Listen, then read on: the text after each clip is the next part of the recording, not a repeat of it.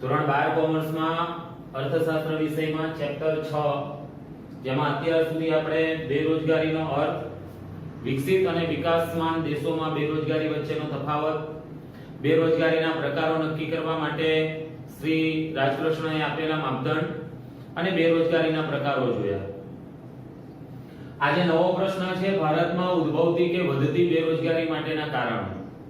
મિત્રો, આપણા દેશની અંદર જેમ જેમ આપણે આયોજનના આધારે વિકાસ કરતા થયા તેમ તેમ બેરોજગારી ઘટવાને બદલે સતત વધતી ગઈ. બેરોજગારીના સંદર્ભમાં આંકડાકીય માહિતી એટલે કે દેશમાં બેરોજગારીનું પ્રમાણ કેટલું છે એ અંગેની માહિતી આપણને ક્યાંથી પ્રાપ્ત થાય? આવો 1 માર્કનો પ્રશ્ન તમને પૂછાય કે ભારતમાં બેરોજગારીના પ્રમાણ અંગેની માહિતી ક્યાંથી મળે છે. તો ભારતમાં બેરોજગારીના પ્રમાણ અંગેની માહિતી આયોજન પંચના અહેવાલ, સેન્ટ્રલ સ્ટેટિસ્ટિકલ ઓર્ગેનાઇઝેશન સંસ્થા દ્વારા બહાર પડતા અહેવાલ, નેશનલ સેમ્પલ સર્વે ઓર્ગેનાઇઝેશનના અહેવાલો તેમજ રોજગાર વિનિમય કચેરી દ્વારા પ્રકાશિત થતા અહેવાલોમાંથી પ્રાપ્ત થાય. ખરેખર તો દુનિયાના દેશોની અંદર જેમ જેમ વિકાસ થાય તેમ તેમ રોજગારી વધે અને બેરોજગારી ઘટે, પણ આપણા દેશમાં એવું નથી થતું. 1951 માં જેટલા લોકો બેરોજગાર હતા એના કરતા આજે વધારે લોકો બેરોજગાર છે. તો શા માટે, એની પાછળના કયા કારણો છે, એની આજે આપણે આ પ્રશ્નના જવાબમાં વિગતે ચર્ચા કરીશું. બહુ લેન્ધી સવાલ છે તો આપણે એને ટુકડાઓમાં વિભાજિત કરીશું. આજે આપણે ફક્ત 5 મુદ્દાઓની રજૂઆત કરીશું, બાકીના 5 મુદ્દા આપણે પછી જોઈશું. તો પહેલું છે વસ્તી વૃદ્ધિનો ઊંચો દર.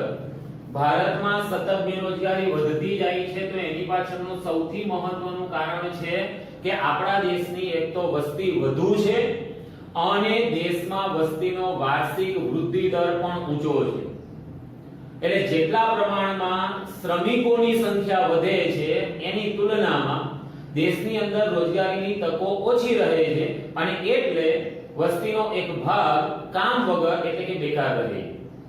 એક અંદાજ પ્રમાણે આપણા દેશમાં દર વર્ષે 1.70 કરોડ જેટલી વસ્તી વધે છે.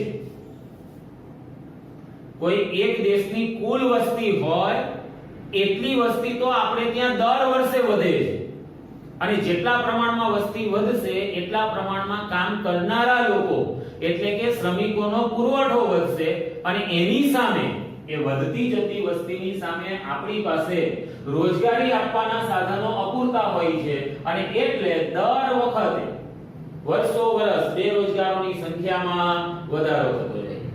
એટલે પહેલો સૌથી અગત્યનો મુદ્દો, અગત્યનું કારણ તો કે આપણા દેશમાં વસ્તી વૃદ્ધિનો ઊંચો દર છે. આથી શ્રમિકોની સંખ્યામાં ખૂબ ઝડપથી વધારો થાય છે અને ઝડપી વધારો થવાને કારણે દેશમાં કેટલા પ્રમાણમાં રોજગારીની તકો હોતી નથી અને એટલે બેરોજગારી વધે છે. બીજું છે રોજગારીની તકોમાં ધીમો વધારો. એક બાજુ વસ્તી ઝડપથી વધે છે, બીજી બાજુ કે વસ્તીને રોજગારી પૂરી પાડવા માટેની જે તક છે, નોકરીઓની જે સંખ્યા છે એ સંખ્યા ધીમા દરે વધે છે. સામાન્ય રીતે દેશના આર્થિક વિકાસ દર અને રોજગારીની તક આ બે વચ્ચે ગાઢ સંબંધ હોય, સીધો સંબંધ હોય કે જેમ દેશનો આર્થિક વિકાસ દર ઊંચો આવે તેમ રોજગારીની તકો વધે. પણ આપણા દેશમાં આઝાદી પછી જે કંઈ પણ આર્થિક વિકાસ કે આર્થિક વૃદ્ધિ થઈ છે એ આર્થિક વિકાસ કે આર્થિક વૃદ્ધિ રોજગારી વિહોણી છે, રોજગારી વગરની છે. શરૂઆતના દાયકામાં આપણું અર્થતંત્ર ધીમું હતું, પછાત હતું. તો આયોજનની શરૂઆતના 3 દાયકા 1951 થી 1981 આ 3 દાયકા દરમિયાન આપણા દેશનો આર્થિક વૃદ્ધિ દર 3.5% જેટલો હતો, પરંતુ 11મી પંચવર્ષીય યોજનામાં આર્થિક વૃદ્ધિ દર વધીને 7.8% જેટલો ઊંચો આવ્યો અને છતાં બેરોજગારોની સંખ્યામાં વધારો થયો. કારણ તો કે જે ઝડપે વસ્તી વધે છે એટલી ઝડપે રોજગારીની તકોમાં વધારો થતો નથી. આયોજનબદ્ધ વર્ષ 1951 થી આપણા દેશમાં આર્થિક આયોજનની આપણે શરૂઆત કરી અને આર્થિક વિકાસનો પ્રયત્ન કર્યો. તો આયોજનબદ્ધ આર્થિક વિકાસના પગલા ભરવા છતાં પણ આપણે અર્થતંત્રમાં જૂના બેકારો અને નવા શ્રમના પુરવઠાના લોકો, આ જૂના અને નવા શ્રમિકો કે જે રોજગારી ઈચ્છે છે એમના માટે આપણે રોજગારીની તકો ઊભી કરી શક્યા નથી. 1968 પછી દેશમાં કૃષિ ક્ષેત્રે હરિયાળી ક્રાંતિ થઈ કે ભાઈ ચલો ખેતી ક્ષેત્રમાં વધુ લોકોને આપણે રોજગારી પૂરી પાડી શકીએ, પણ એ હરિયાળી ક્રાંતિ દેશના અમુક વિસ્તારો પૂરતી મર્યાદિત રહી. પંજાબ, ઉત્તર પ્રદેશ, ગુજરાત આવા અમુક જ રાજ્યો પૂરતી કૃષિ ક્ષેત્રમાં હરિયાળી ક્રાંતિ જોવા મળી. બાકીના રાજ્યોમાં હરિયાળી ક્રાંતિના લાભ પહોંચ્યા નહીં. એટલે એ રાજ્યોમાં ખેતી ક્ષેત્રમાં કામ કરતા લોકોમાં બેકારીનું પ્રમાણ વધારે છે. એ ઉપરાંત આપણા દેશની અંદર કૃષિ સિવાયના ક્ષેત્રોનો, સેવા ક્ષેત્ર, ઔદ્યોગિક ક્ષેત્ર વગેરેનો પણ પૂરતા પ્રમાણમાં વિકાસ થયો નથી. એટલે ખેતી સિવાયના ક્ષેત્રોમાં પણ રોજગારીની તકો વધી નહીં અને એટલે શ્રમના પુરવઠાના સંદર્ભમાં એને અનુરૂપ રોજગારીની તકોનું સર્જન થયું નહીં અને આથી બેરોજગારીમાં વધારો થયો. એટલે બીજો મુદ્દો છે રોજગારીની તકોમાં ધીમો વધારો. આર્થિક વિકાસ અને રોજગારી એકબીજા સાથે ગાઢ રીતે સંકળાયેલા છે, પરંતુ આપણા દેશમાં આર્થિક વિકાસ દર વધવા છતાં પણ રોજગારી વધી નથી. આયોજનબદ્ધ પગલાં ભર્યા હોવા છતાં પણ ખેતી, ઉદ્યોગ કે સેવા ક્ષેત્રમાં જૂના અને નવા રોજગારી મેળવવાની ઈચ્છા ધરાવતા લોકોને પૂરતા પ્રમાણમાં રોજગારી પૂરી પાડી શકાઈ નથી. કૃષિ ક્ષેત્રમાં હરિયાળી ક્રાંતિના લાભ અમુક વિસ્તાર પૂરતા જ મર્યાદિત રહ્યા. એટલે જે વિસ્તારમાં, જે રાજ્યોમાં કૃષિ ક્ષેત્રે હરિયાળી ક્રાંતિ નથી થઈ એવા રાજ્યોમાં ખેતી ક્ષેત્રમાં બેરોજગારીનું પ્રમાણ ઊંચું હતું. એ સિવાય અર્થતંત્રમાં ઉદ્યોગ અને સેવા જેવા બિન કૃષિ ક્ષેત્રોનો વિકાસ પૂરતા પ્રમાણમાં થયો નથી, ઓછો થયો છે અને એટલે શ્રમનો પુરવઠો જે ઝડપી વધે છે એટલી ઝડપે રોજગારીની તકોનું સર્જન કરવામાં આપણને સફળતા મળી નથી. ત્રીજો મુદ્દો છે બચત અને મૂડીરોકાણનો નીચો દર. મિત્રો, આ મુદ્દો તમને 2 માર્ક્સમાં આવશે. ભારતમાં બેરોજગારી માટે બચત અને મૂડીરોકાણનો નીચો દર જવાબદાર છે. સમજાવો. આવો તમને 2 ગુણનો પ્રશ્ન આ મુદ્દામાંથી આવે. બરાબર? હવે સમજવા જેવી વાત કે ભાઈ કોઈ પણ ક્ષેત્રમાં તમારે રોજગારીની તકો વધારવી હોય તો કે ભાઈ એક ક્ષેત્રના વિકાસ માટે મૂડીરોકાણ કરવું પડે. હવે મૂડીરોકાણ કરવું હોય તો કે ભાઈ બચત કરવી પડે. બચત કરવી હોય તો કે ભાઈ વ્યક્તિ દીઠ આવકનું પ્રમાણ વધારવું પડે. પણ આપણા દેશમાં મૂળમાં જ ખામી છે, અર્થાત માથાદીઠ આવકમાં જે ઝડપે વધારો થવો જોઈએ એ ઝડપે વધારો થયો નથી. તો પ્રશ્ન થાય કે શા માટે વધારો નથી થયો? તો કે આપણા દેશમાં આયોજન કાળ દરમિયાન રાષ્ટ્રીય આવકમાં તો વધારો થયો, પણ રાષ્ટ્રીય આવકની સાથે સાથે વસ્તીમાં પણ વધારો થયો. એટલે રાષ્ટ્રીય આવક વધી, એની સાથે વસ્તી પણ વધી, પરિણામે દેશની માથાદીઠ આવકમાં વધારો કેવો હતો કે નીચા દરે. જે ઝડપે, જે દરે રાષ્ટ્રીય આવક વધી એટલી ઝડપે, એટલા ઊંચા દરે માથાદીઠ આવક વધી નથી અને એની પાછળનું કારણ શું? તો કે વસ્તીમાં થયેલો વધારો. બરાબર? તો વસ્તી વૃદ્ધિ દરને કારણે એક બાજુ માથાદીઠ આવક નીચી રહે, બીજી બાજુ વધતી જતી વસ્તીમાં બોજારૂપ વસ્તી, બાળકો, વૃદ્ધો, અશક્તો, ગૃહિણીઓ કે જેઓ કોઈ પણ પ્રકારની વસ્તુ કે સેવાનું ઉત્પાદન કરતા નથી, આવક કમાતા નથી અને એની સામે આ લોકો પોતાની જરૂરિયાત સંતોષવા માટે વસ્તુઓ, સેવાઓનો વપરાશ કરે છે, ખર્ચ કરે છે. એટલે એક તો આવક વધતી નથી, બીજી બાજુ આવી બોજારૂપ વસ્તીને કારણે ખર્ચ વધતો જાય, એટલે આવકનો મોટો ભાગ ખર્ચમાં પરિણમે છે. એટલે બચત થાય નહીં, બચત ન થાય એટલે મૂડીરોકાણ ન થાય. મૂડીરોકાણ ન થવાને કારણે ખેતી, ઉદ્યોગ, સેવા કે અન્ય કોઈ પણ ક્ષેત્રમાં પૂરતા પ્રમાણમાં નવી રોજગારીની તકો ઊભી કરી શકાતી નથી અને એટલે બેરોજગારીની સમસ્યા દિન પ્રતિદિન વધતી જાય છે. તો 2 માર્કનો ખૂબ અગત્યનો સવાલ છે કે ભારતમાં બેરોજગારી માટે બચત અને મૂડીરોકાણનો નીચો દર જવાબદાર છે. સમજાવો. તો કે ભારતમાં આયોજન કાળ દરમિયાન રાષ્ટ્રીય આવકની સાથે વસ્તીમાં પણ વધારો થયો હોવાથી માથાદીઠ આવકમાં નીચા દરે વધારો થયો. એટલે દેશમાં એક બાજુ માથાદીઠ આવક ઓછી છે, બીજી બાજુ વસ્તી વધવાને કારણે બોજારૂપ વસ્તીના નિભાવ પાછળ થતો ખર્ચ વધુ છે, આથી બચત થતી નથી. બચત ન થવાને કારણે મૂડીરોકાણનો દર નીચો રહે છે. નીચા મૂડીરોકાણને કારણે ખેતી, ઉદ્યોગ તથા અન્ય ક્ષેત્રોમાં પૂરતા પ્રમાણમાં નવી રોજગારીની તકો ઊભી કરી શકાતી નથી અને એટલે બેરોજગારી વધે છે. ચોથી બાબત છે મૂડી પ્રધાન ઉત્પાદન પદ્ધતિ. મિત્રો અહીંયા 2 માર્કનો એવો પ્રશ્ન આવશે કે ભારતમાં શ્રમ પ્રધાન ઉત્પાદન પદ્ધતિ વધારે અનુકૂળ છે, સમજાવો. 2 માર્કનો સવાલ. તો ઉપરના મુદ્દા અને આ પહેલા મુદ્દાના સંદર્ભમાં આપણે વાત કરવાની કે એક બાજુ આપણા દેશમાં વસ્તી વૃદ્ધિનો દર કેવો ઊંચો છે, એટલે કામ કરનારા માણસો એટલે કે શ્રમની આપણે ત્યાં છત છે. બીજી બાજુ બચત અને મૂડીરોકાણનો દર કેવો તો કે નીચો છે, એટલે મૂડીની કેવી અછત છે. તો આ પરિસ્થિતિમાં ઓછા મૂડીરોકાણે વધુ લોકોને રોજગારી પૂરી પાડી શકાય તેવી શ્રમ પ્રધાન ઉત્પાદન પદ્ધતિ ભારત માટે વધારે અનુકૂળ છે. મિત્રો શ્રમ પ્રધાન ઉત્પાદન પદ્ધતિ કોને કહેવાય અને મૂડી પ્રધાન ઉત્પાદન પદ્ધતિ કોને કહેવાય, આ બંનેની વ્યાખ્યા અર્થ ધોરણ 11 કોમર્સમાં અર્થશાસ્ત્રમાં છેલ્લા પ્રકરણમાં પંડિત દીનદયાળ ઉપાધ્યાયના આર્થિક વિચારોમાં આપણે જોઈએ. એમણે પણ પોતાના આર્થિક વિચારોમાં એવું કીધેલું કે ભારતમાં બેરોજગારીની સમસ્યાને દૂર કરવી હોય તો શ્રમ પ્રધાન ઉત્પાદન પદ્ધતિ અપનાવવી જોઈએ. તો શ્રમ પ્રધાન ઉત્પાદન પદ્ધતિ એટલે વસ્તુનું ઉત્પાદન કરવાની એવી પદ્ધતિ કે જેમાં મૂડીની તુલનામાં શ્રમનું મહત્વ વધારે હોય, અર્થાત યંત્રોનો ઉપયોગ ઓછો થાય અને વસ્તુનું ઉત્પાદન વધુ કારીગરો દ્વારા થાય તો વધારે કારીગરની જરૂર પડે.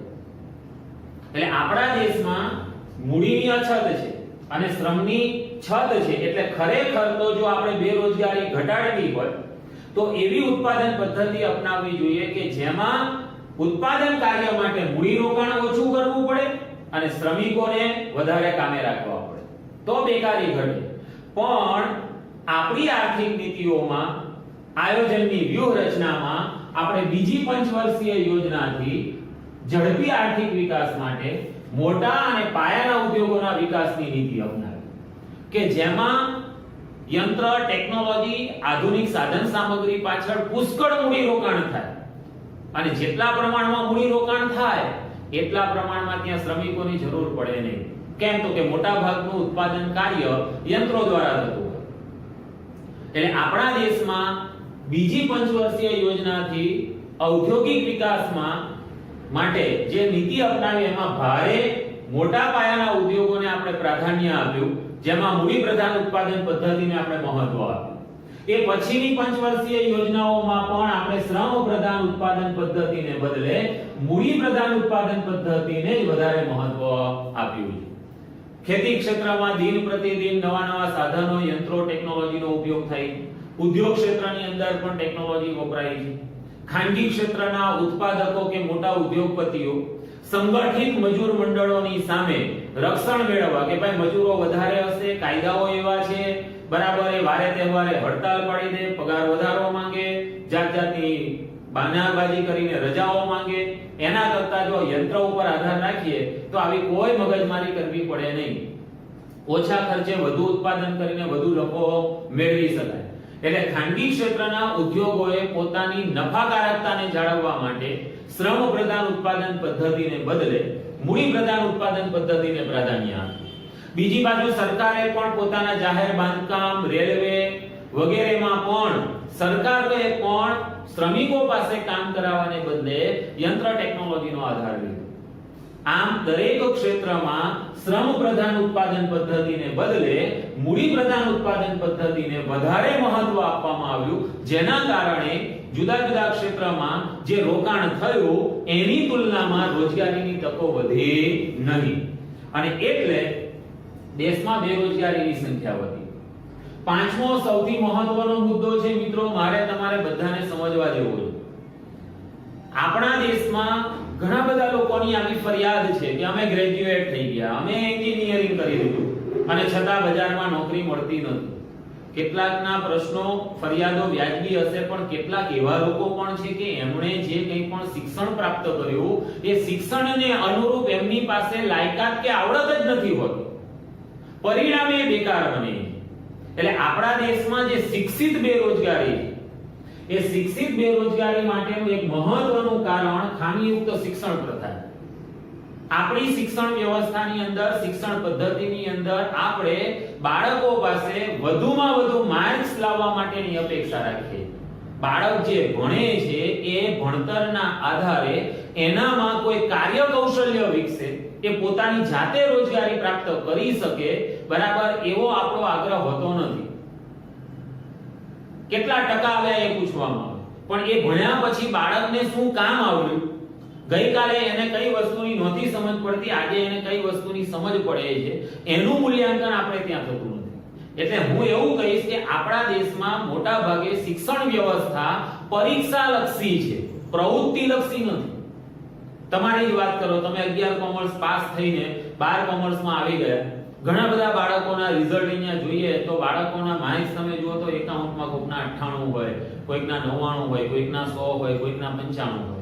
હવે અકાઉન્ટન્સી નામાના મૂળ તત્વ જેવા વિષયની તમે અભ્યાસની આખી સામગ્રી જોઈ હોય તો પહેલા તમને વિષય વસ્તુ સમજાવી, પછી દ્વિઅસર સમજાવી, ખાતાના પ્રકાર, ખાતામાં એન્ટ્રી આપવાના નિયમ, આમનોંધ, પેટાનોંધ, ખતવણી, બરાબર, ખાતાની બાકી શોધવી, કાચું સરવૈયું તૈયાર કરવું, કાચું સરવૈયું અને હવાલા પરથી વાર્ષિક હિસાબો લખવા, બધું જ એક સામાન્ય માણસ કોઈ ધંધો કરે છે તો એ ધંધાદારી વ્યક્તિના અકાઉન્ટમાં જે વિગતો તમારે લખવાની હોય એ બધી જ તમને શીખવાડી દેવામાં આવી, બરાબર.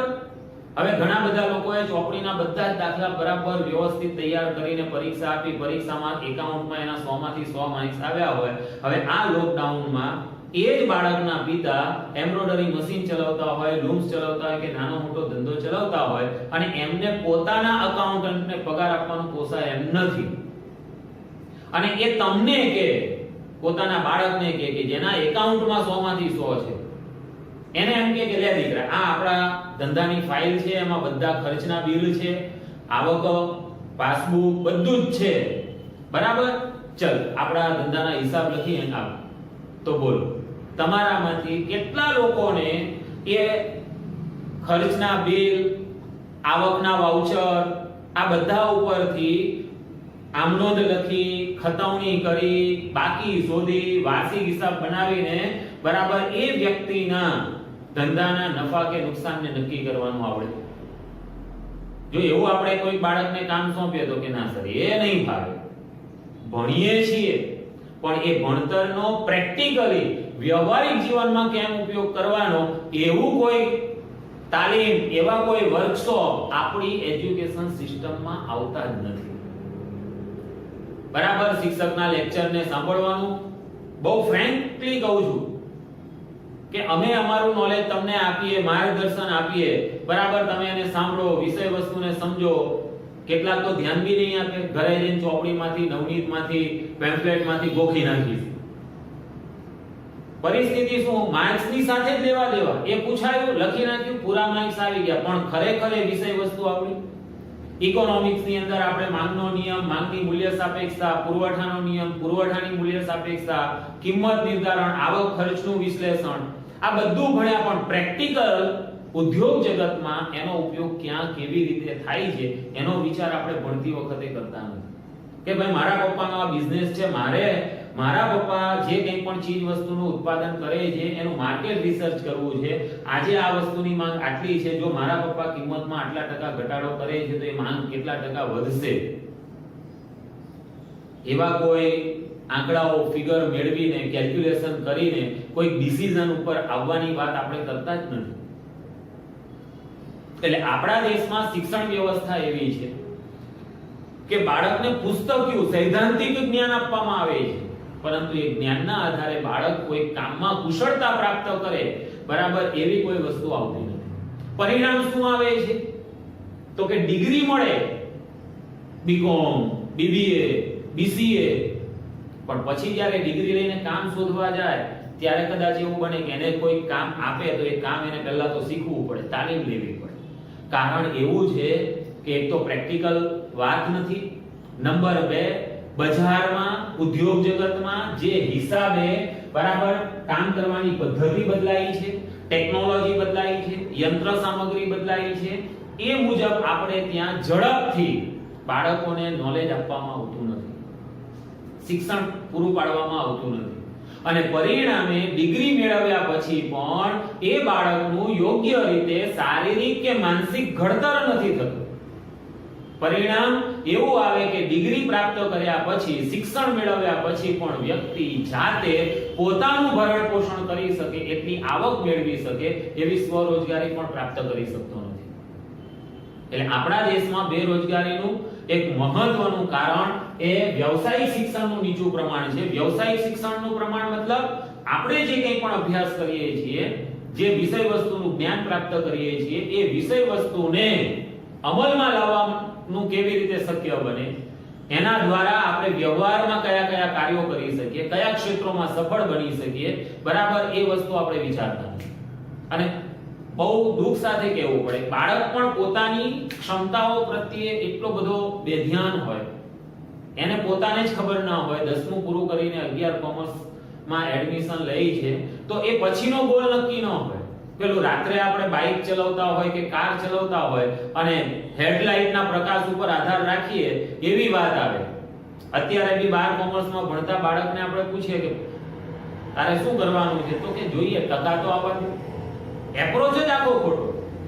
એવું નહીં વિચારે કે ભાઈ મારે જીપીએસસી માં જવાનું છે, એના માટે આટલા પર્સન્ટેજની જરૂર છે, પણ બીજા આટલા વિષયોનું મને નોલેજ હોવું જોઈએ, તો હું એ વિષયોની નોટ્સ બનાવતો થાઉં, જ્યાં ત્યાંથી એની માહિતી પ્રાપ્ત કરતો થાઉં. સીએ કરવું છે, બરાબર, તો સીએ માટે મારા કયા સબ્જેક્ટનું ફંડામેન્ટલ પાયાનું જ્ઞાન મારું મજબૂત હોવું જોઈએ, એના અભ્યાસક્રમ જોઈએ કે ભાઈ ફાઉન્ડેશનમાં એડમિશન લેનાર માણસોને કયા સબ્જેક્ટ આવે, એ સબ્જેક્ટમાં આવતા ટોપિક 11-12 કોમર્સમાં મારે ભણવાના આવે છે તો એમાંથી કઈ વસ્તુઓ મારે ઊંડાણપૂર્વક ભણવી પડશે. આવા એપ્રોચ સાથે મોટા ભાગના વિદ્યાર્થીઓ ભણતા નથી.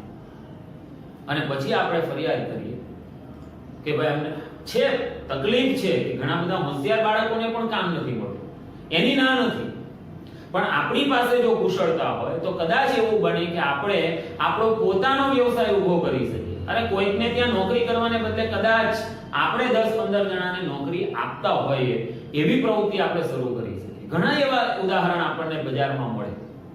તો મિત્રો, આ 5 કારણો હજુ બી છે, આમાં કારણો આ સવાલના જવાબમાં, બરાબર, પણ આ વિડિયોમાં આપણે આ 5 કારણો જોઈએ, રિપીટ કરીને સમજવાનું, બરાબર, સાથે ટેક્સ્ટબુક ની અંદર વાંચતા પણ જવાનું.